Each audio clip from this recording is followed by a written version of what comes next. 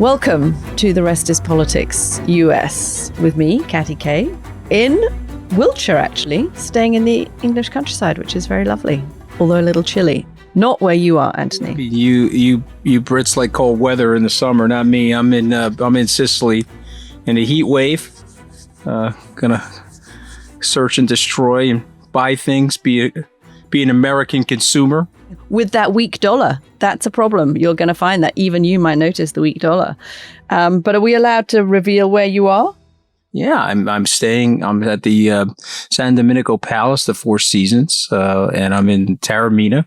I think it's actually only known as the White Lotus Hotel now, right? Yes, yeah, I am that ugly American watching White Lotus episodes while I'm here, right? I mean, you gotta own who you are, Katty. See, I brought the conspicuous consumption out of you in the last year, which I'm proud of. You have. Yes. I think it's a source of pride for me. So I hope that no dead bodies wash up on the beach for you and Deirdre. This hotel's not even anywhere near the beach. They made it look like it was, but it's miles from the beach. But that's a whole other magic of Hollywood. All right, what are we talking about today? Well, talking of Europe, since you're in Europe, while you were flying over to Sicily, we're recording this on Monday morning, Donald Trump arrived in Scotland over the weekend to play some golf, but also fit in a bit of business. And he managed to sign a trade deal with the European Union. This has been one of the stickiest trade deals for the United States to get. Of course, the European Union is a major trading partner of the US, and there had been quite a lot of feeling in Europe's 27 member states of the EU that they should, push back against the administration. In the end, they've got a deal which I think looks like more of a win for Trump than it does for the European Union. Tariffs will be set at 15% across the board for goods going into America. American goods going into the EU will be zero tariffed. I mean, it's also worth pointing out that Keir Starmer managed to get a 10% tariff deal for the United Kingdom. Went first, rushed it at the time, was kind of criticized for going too quickly. And perhaps the Europeans felt that the UK should have stayed with the EU, negotiated all together, given themselves more leverage. But actually for the UK and for British companies, they have ended up with a better deal because Keir Starmer went quickly. We can get into some of the details, although they are a little scant at the moment, which raises concerns about all of these trade deals that are being announced. But there could be some sectors that get relief or quotas. The Europeans are hoping, for example, for a bit of relief around car exports, steel and aluminium exports. There was some confusion about whether pharmaceuticals, which is a very big deal for Ireland, would be included in that 15% tariff. An Irish business contact that I have texted overnight saying that that was what they were looking at in Ireland. And there is some confusion about, the prospect of pharmaceuticals. So I think the main thing, though, to say is that when we looked back at this extended deadline, we all thought that it was going to be very hard for the Trump administration to pull this off, to get any of these deals announced by this August the 1st deadline. And yet here he is. He's got the big one that he needed to get. This is going to make markets happy. And I think it gives the Trump administration some bragging rights over, okay, well, we announced all of these massive tariff percentages of 35% at one point they were going to put against the European Union. And now we've got them down to 15%, and we'll take that as a win. Is that how you think that Trump is going to play this? Yeah, I mean, listen, I mean the pros for Europe, let's talk about what they are. It prevents the worst outcome. So you don't have this 30% tariff that you're mentioning, but a 15% tariff is hard. I don't know if you remember the guy. There was a African-American in New York. He was campaigning for mayor, and he had a slogan, "The rent is too damn high." Okay. And that was his slogan. Of course, he didn't win, but he was right about the rent. And the tariff is too damn high, Katty. It's just not a great thing. It will create a slowdown in demand. It will generate revenues for the U.S., but remember, American consumers will be paying that revenue. And when I go out and talk to people about these tariffs, I tell people America is quietly introducing a VAT. It just happens to be a VAT on imported goods, not all goods. And this is going to be something that's going to stick. This is the one thing that Trump does where I may not like it, but the next president is going to leave a lot of these tariffs in place because of the revenue sourced around them.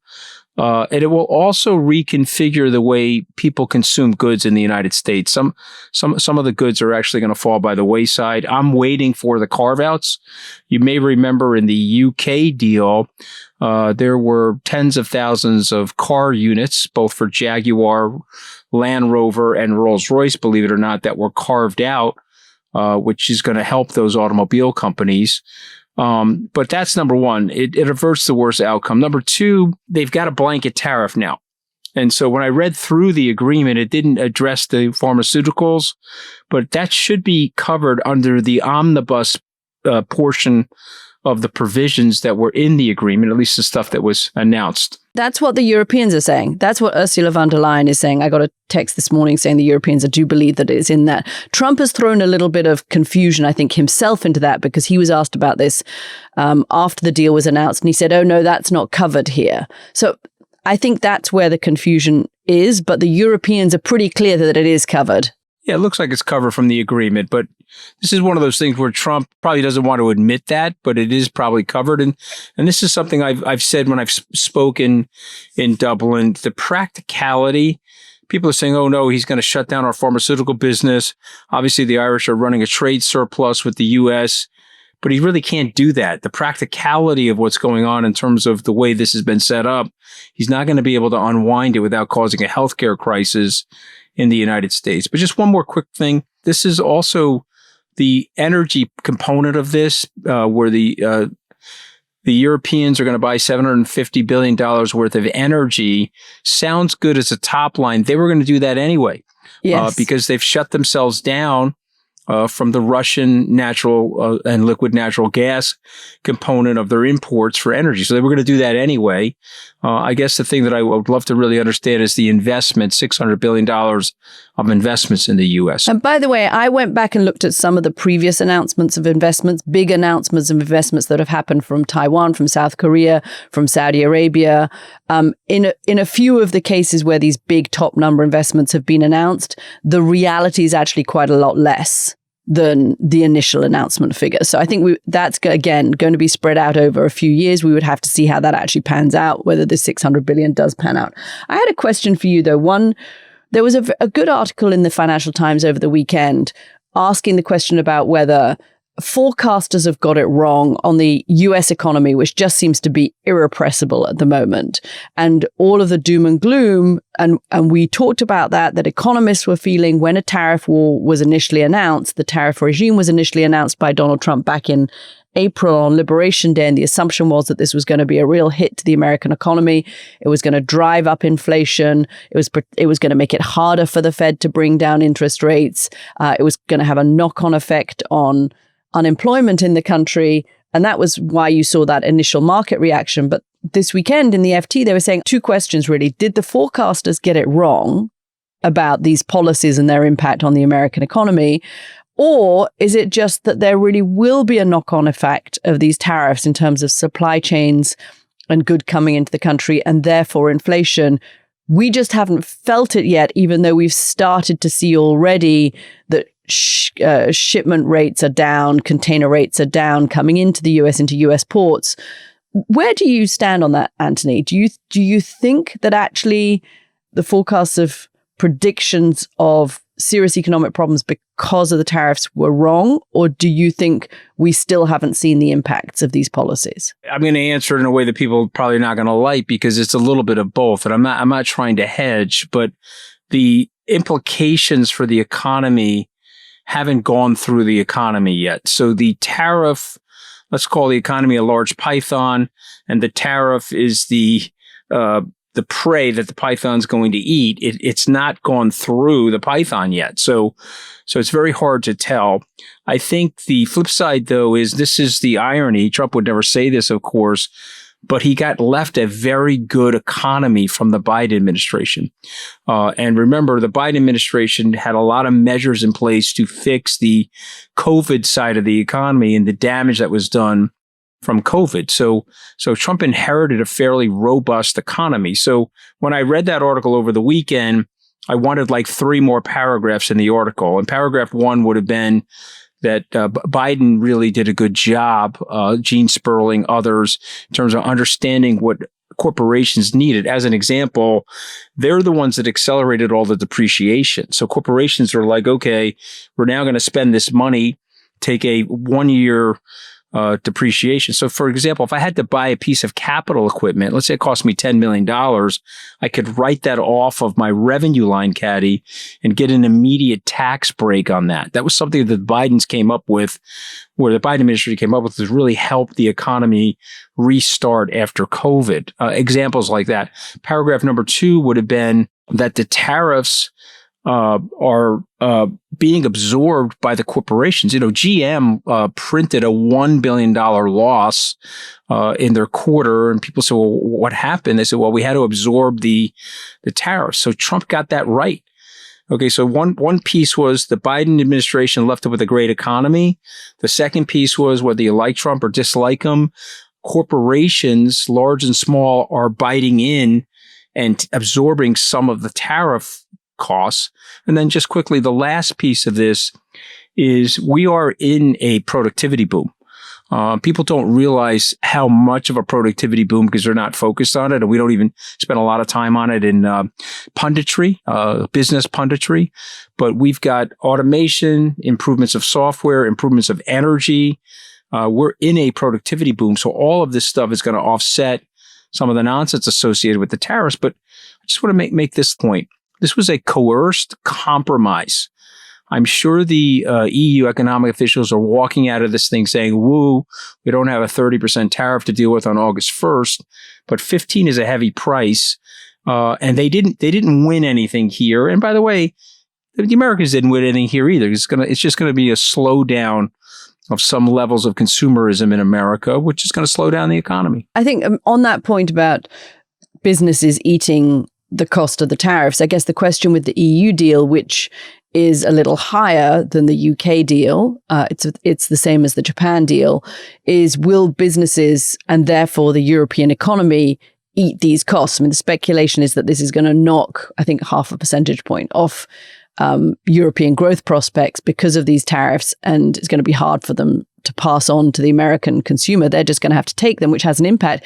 And particularly if you're a country like Germany, which is a big exporter and of whom very much is being asked at the moment. And when I was in Germany and they lifted the debt ceiling in order to expand their military capacity, one of the things that a political scientist there said to me is, look, you know, the Germans are being asked to basically fund the rearmament of Europe. They're being asked to fund the armament of Ukraine, at least for a defensive position over the next few years. They have to have massive economic reforms in the country. They've got to boost growth in Germany because growth is moribund. And they've got to do all of that under the threat of a tariff war from the United States on their primary sector. And we know that it was the Germans that were lobbying the EU to get this deal done because the uncertainty for the German car sector, a bit like the uncertainty for the UK car sector, was enormous. So I think it puts a very heavy burden, not just on German automakers, but on all of those knock-on effects that Trump wants European defense self-sufficiency. He wants European countries to spend more on their defense. But if you squeeze those European countries too hard and those auto manufacturers in Germany start to feel this, if they start having to raise prices of cars in Germany, if they start having to lay off labor in Germany, the knock-on implications of that for the German population, you're going to make it harder to achieve the very things that the United States, it seems to me, wants Europe to achieve. So I don't know if how much of the long-term gain this is to the kinds of things that Donald Trump is trying to achieve.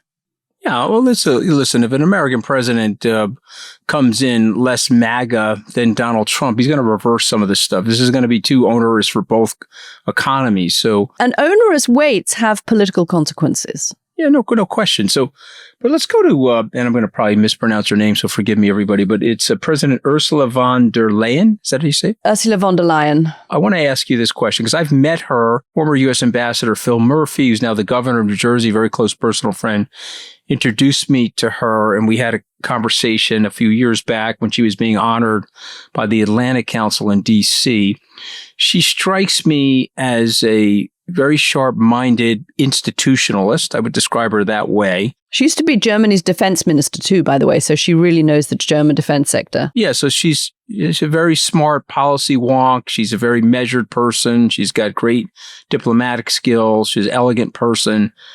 Describe her feelings sitting there in the Orange Maniacs golf course and the orange buzzsaw whipping next to her. I knew you were going to ask. Take me through it. Go ahead, because I'd like you to analyze that for all of us here as I'm sitting here looking at her and it's just shaking my head. But go ahead. Tell me what's going on in her head. You're so right to point it out. I watched the video last night of the two of them sitting there in Turnberry, Scotland, with a kind of, golf club behind them. And there she is sitting in her kind of, off pale grey jacket, just looking like, sort of Sphinx-like in her refusal to show any emotion as Donald Trump is describing what is going to be incredibly difficult for the European Union. It's not a win for the European Union, talking about what a great deal this is and how no one else could have done it.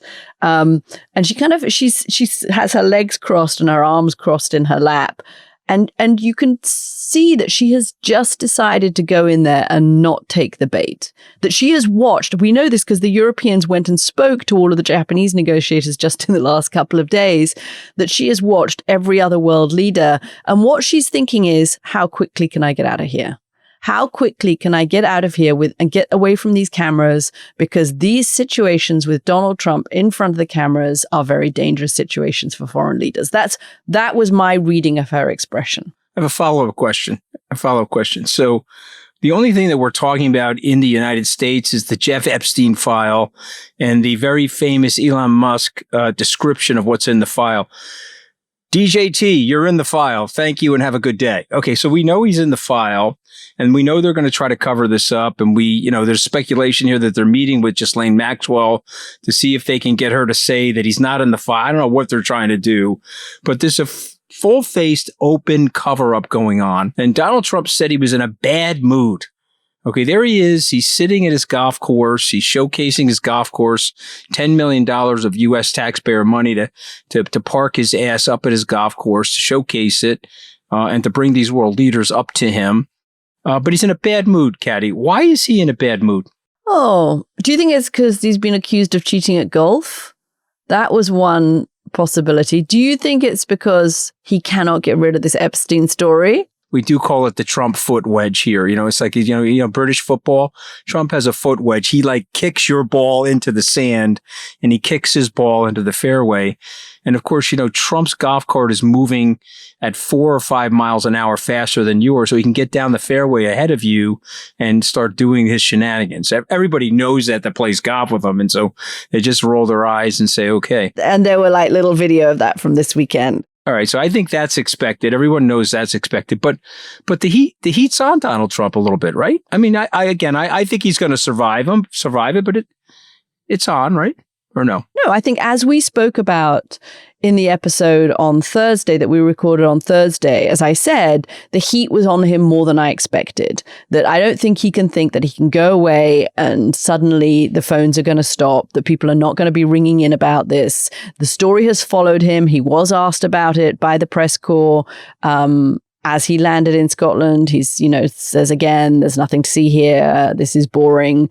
Let's move on. But people are not moving on and they aren't going to move on. And I don't think interviewing Ghislaine Maxwell, even having Ghislaine Maxwell's name back in the press in the way that it has been over the last few days because of the deputy AG's meeting with her doesn't help this story go away. And members will come back in September and will still be asking about this story. I don't think it brings Donald Trump down. I don't know what's in the files.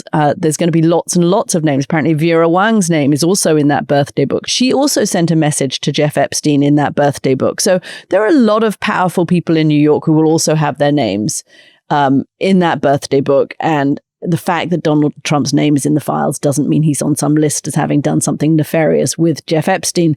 But this is hanging around him and he's clearly not happy about it and it's following him to Scotland. But what did you make of Ursula von der Leyen sitting there? I want to channel the guy, okay?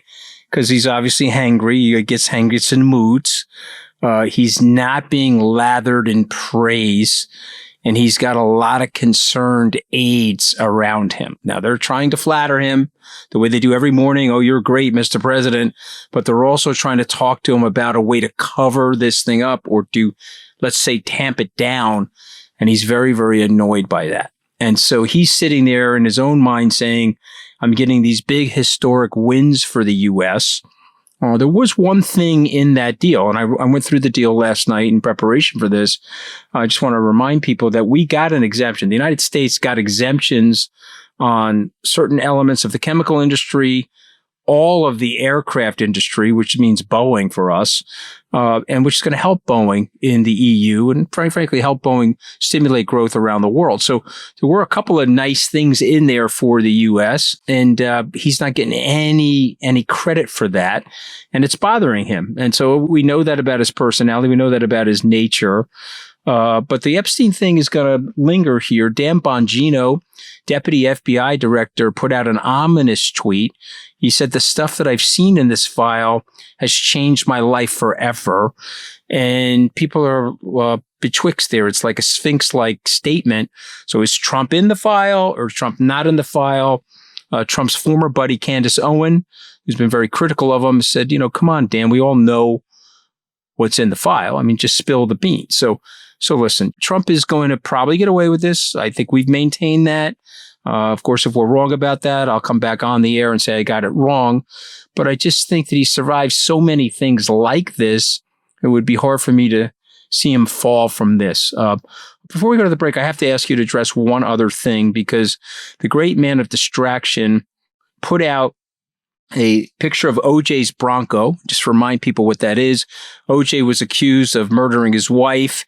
Him and his buddy got in a white Bronco and were riding down the freeway, and the cops were chasing them. And so now we have this meme of Donald Trump in a cop car chasing Barack Obama down the freeway.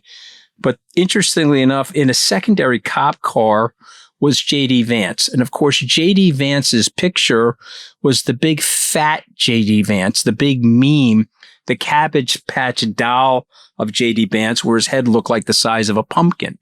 Now, of course, J.D. he's laughing about that on the internet, but trust me, Katty K, he's crying on the inside. He's not liking that.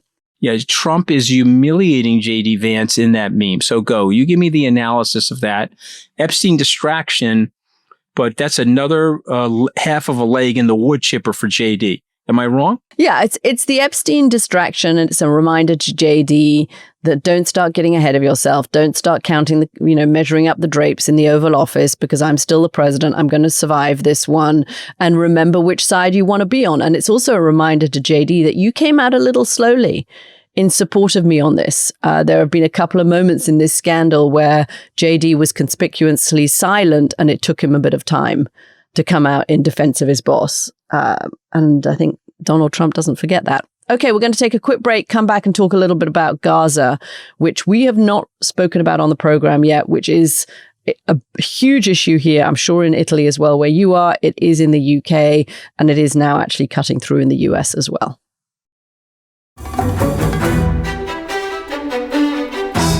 Welcome back to this Monday edition of The Rest is Politics. And we're speaking Monday morning UK time. And later today, the Prime Minister, Keir Starmer, will be meeting with Donald Trump. And on his list of things that he wants to talk about, we are told are, of course, trade, Ukraine he wants to talk about, but he also wants to talk about the situation in Gaza, specifically the famine that is happening in Gaza right now. And it's been interesting, Anthony, being in London for the last few weeks, because this has been a story that has been all over the British press, is getting a huge amount of attention in the UK. But I think also in the last few days has started to break through in the US as well. It's been on the front pages now. The pictures of people starving in Gaza has been on the front pages of American newspapers. It was on the front page of the Washington Post, on the front page of the LA Times, that awful picture of the little boy, the story of Zainab Abu Khalib, who was born 5 months ago and has now died of starvation at 4.4 pounds. She weighed 2 pounds less when she died than when she was born 5 months ago. And these kind of heartbreaking stories of children not getting food in Gaza and of the starvation that is happening there, I think is now actually starting to change a little bit in America. I mean, the American press, understandably, we've spoken about it a lot, has been totally absorbed with the Epstein situation. But just in the last couple of days, I was texting with a member of Congress over the weekend who said to me that her constituents are starting to ring in about it. She's seen a noticeable pickup on calls and constituents raising the famine with her. So I wonder if it's now they're away. Obviously, Congress is in recess, but I don't know if you feel that, having just been in the US last week, whether now this is something that people are starting to talk about. And the big question, of course, is when Keir Starmer raises it with Donald Trump, does Donald Trump want to do anything about this? How much pressure is he going to put on the Israelis to make these temporary aid deliveries that the Israelis have just announced, these temporary ceasefires to have aid deliveries actually work, make sure they get to the right people? Because it's not just about putting in a whole load of flour and rice and bread. These kids are so severely malnourished that they need specialist treatment. They need nutrition paste. They need nutritionists. They need specialist doctors to get to them. Is Donald Trump prepared to put the pressure that is needed on Netanyahu to make that happen? Well, I actually think he is at this point, but I remember Marjorie Taylor Greene, who is a representative from Georgia, on the buckle of the Bible Belt. And I think it's very important for non-American listeners to understand this. The American evangelicals believe that the Jews should control the state of Israel, or what's known as Jerusalem, Bethlehem, etc., whatever you want to call it. Some will call it Palestine, others will call it Israel. But the American evangelicals believe that in order for there to be a second coming of Jesus, that has to be in place. And so they are strident and ardent in their views of the support of the Israeli government. But there's cracks in that now. Marjorie Taylor Greene last night put out a tweet saying, I am in support of the Jews and in support of the state of Israel, but I am no longer in support of the travesty that's going on. And I think it's very important that to say this to people. You can be a critic of the Israeli government and what they're doing now in Gaza and not be anti-Semitic, Katty. I don't think that that's fair to characterize people. If you've got 74 malnutrition deaths in the World Health Organization is saying 74 kids have died, 60 plus of them in the month of July. And if you're now, UN agencies are now saying that the 2.3 million people that are living in Gaza are now all facing a famine, and you're going to sit there and allow that to happen. Yes, I understand the tragedy of October 7th. I'm not trying to understate that. But there is a disproportionate response going on right now. And people have to unravel that. And they have to say, hey, they either going to start to pull back or they're going to start to adjust themselves. Now, let me channel Netanyahu for a second. Prime Minister Netanyahu will say, well, I've asked for the hostages back. They won't give us the hostages. They want this sort of travesty to unfold to make the Israelis look bad. But I'm in a war and I want my hostages back. And so I'm not going to stop until I get my hostages back. So there's spite going on both sides, right? So the political leaders of Hamas are like, let's let it go, even though our citizens are dying. This is going to make the Israelis look really bad if they continue doing what they're doing, if this intensifies. So to me, this is a catastrophic humanitarian crisis of epic proportions from two very spiteful, very prideful groups of political leaders. And it's going to require now the United States or others to intervene, Katty. And again, I'm going to channel Thomas Hobbes for a moment, where he wrote in the Leviathan, we get our greatest level of peace where there's one hegemonic power that can descend down upon the tribes and break up the internecine tribal conflicts. This is one of those great moments in history where it's the EU, the United States, the Chinese. You pick a superpower or a relative superpower, and they've got to get in there now and stop this from happening. This is a tragedy of epic proportions, Katty. I do think there has been a bit of a sea change in the US where actually the vast majority of the American political body certainly is sympathetic to Israel's right to defend itself and to the actions that were taken against Hamas after the acts of October the 7th. But you are seeing a shift in public opinion. It was interesting that Ross Douthat, the influential conservative columnist, used his weekend column, which reaches a lot of conservatives, to say that the Israeli war is now unjust. And I think that they have the argument that he's making is that Israel had the right to defend itself, but this is now disproportionate, that there is a tipping point in Hamas's degradation that has happened. There are really, as the Israeli military has said, there are really no more military targets in Gaza anymore. And all that is happening is that Israel is prolonging the war. As Israeli journalists have said to me, Netanyahu is good at starting wars. He's not good at finishing them. And is he prolonging this for his own ends?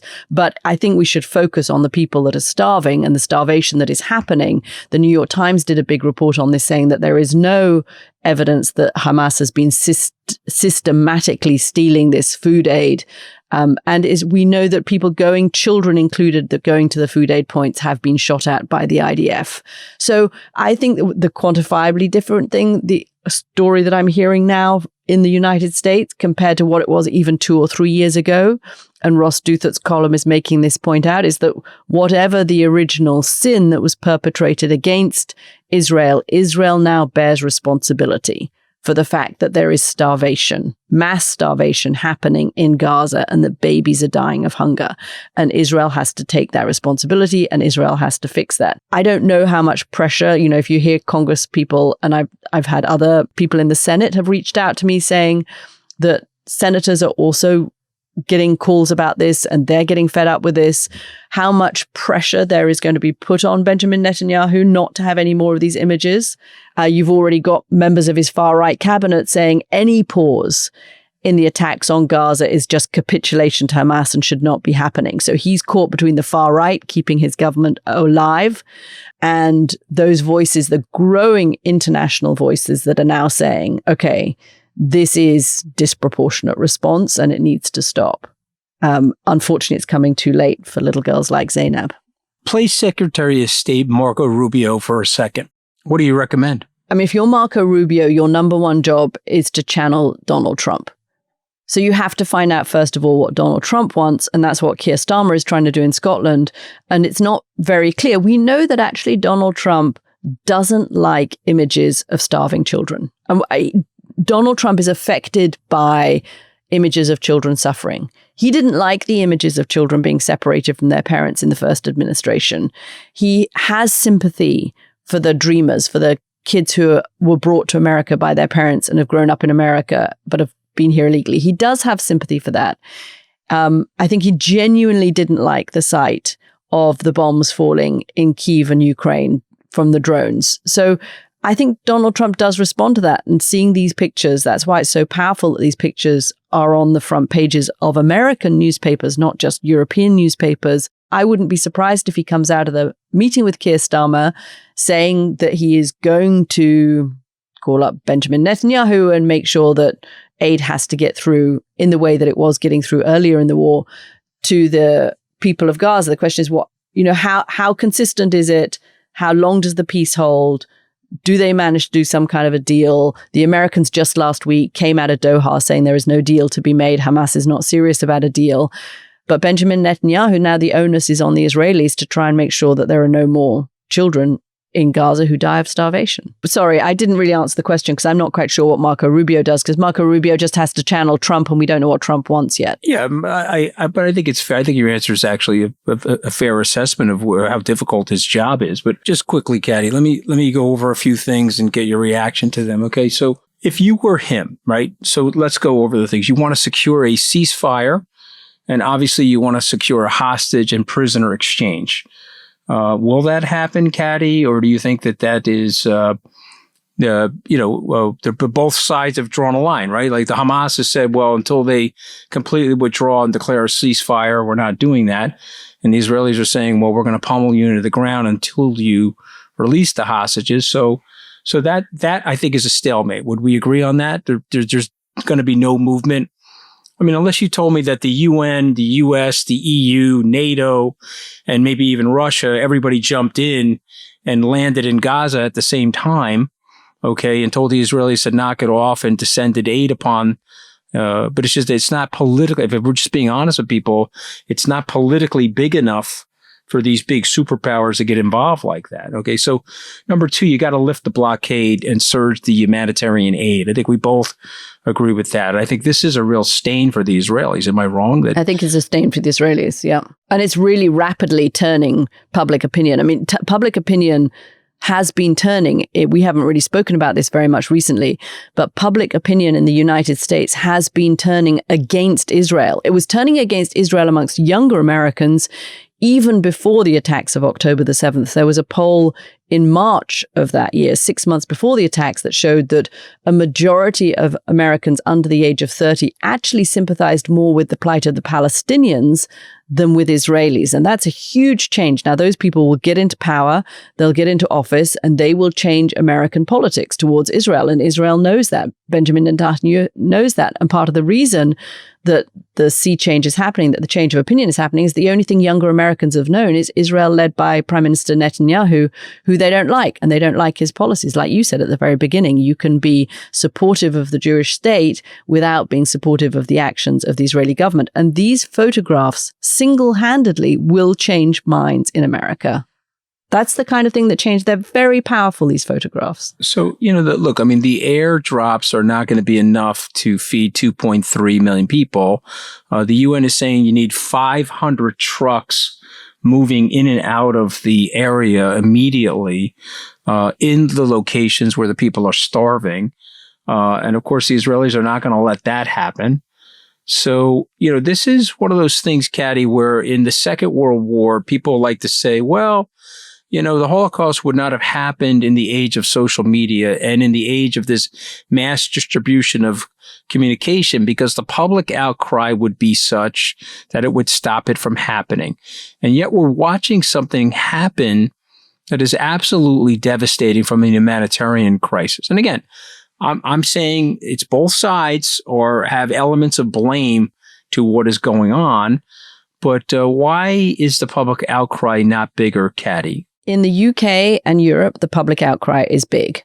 It's not big yet in the United States because the media culture is very monolithic. It's been very focused on Jeffrey Epstein for the last couple of weeks. That has been the only subject that people have been talking about in the US. It's hard for other things to break through.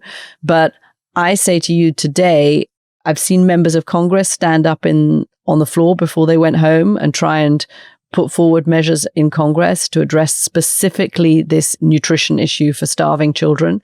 I've had Senator text me just over the weekend saying that he wants to talk about this on air, about this issue, that they are, getting a lot of calls about it. So I think actually you've seen a change just in the last few days because of these awful, powerful photographs. I think this could be the moment of that Vietnam photo of the little girl running down the street with the napalm behind her. These photos are changing minds. Let's see what happens in terms of a change of policy.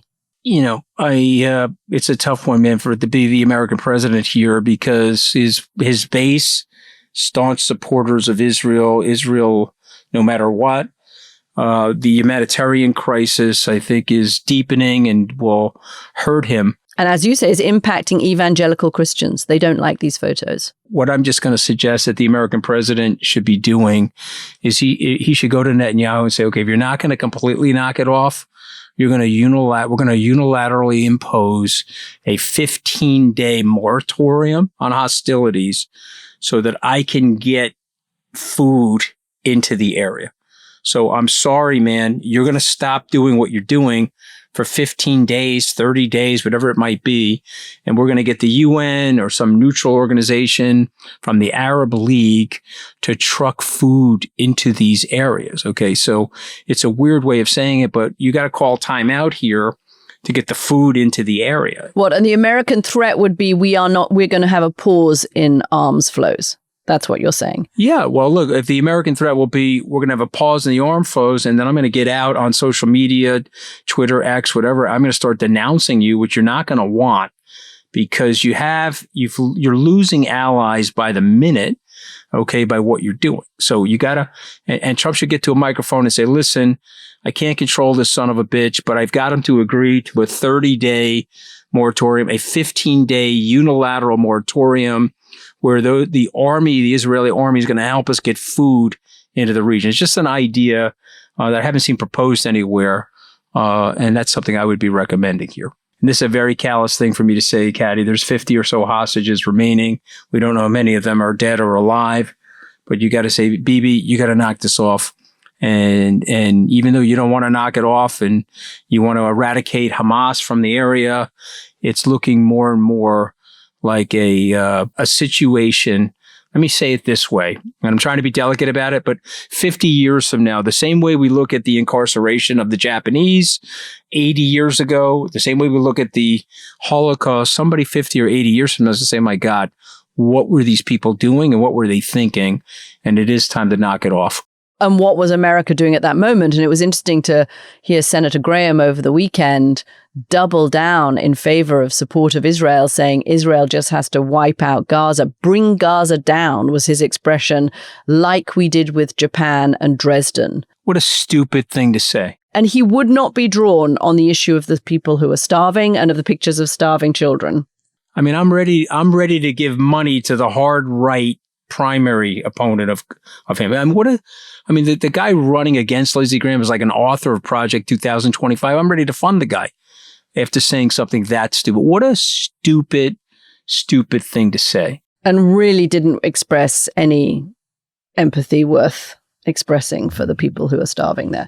Okay, we're going to leave it there, guys. We will be back on Thursday with our regular episode, and of course on Sunday for our founding members episode too. If you are not a founding member and you'd like to join us, it's therestispoliticsus.com. We have a lot of fun answering your questions, and we do have coming up soon a new mini-series which will be for founding members, so that's worth joining up for as well. Thank you, everybody. Thanks so much for listening on this Monday. Thanks for listening, everybody.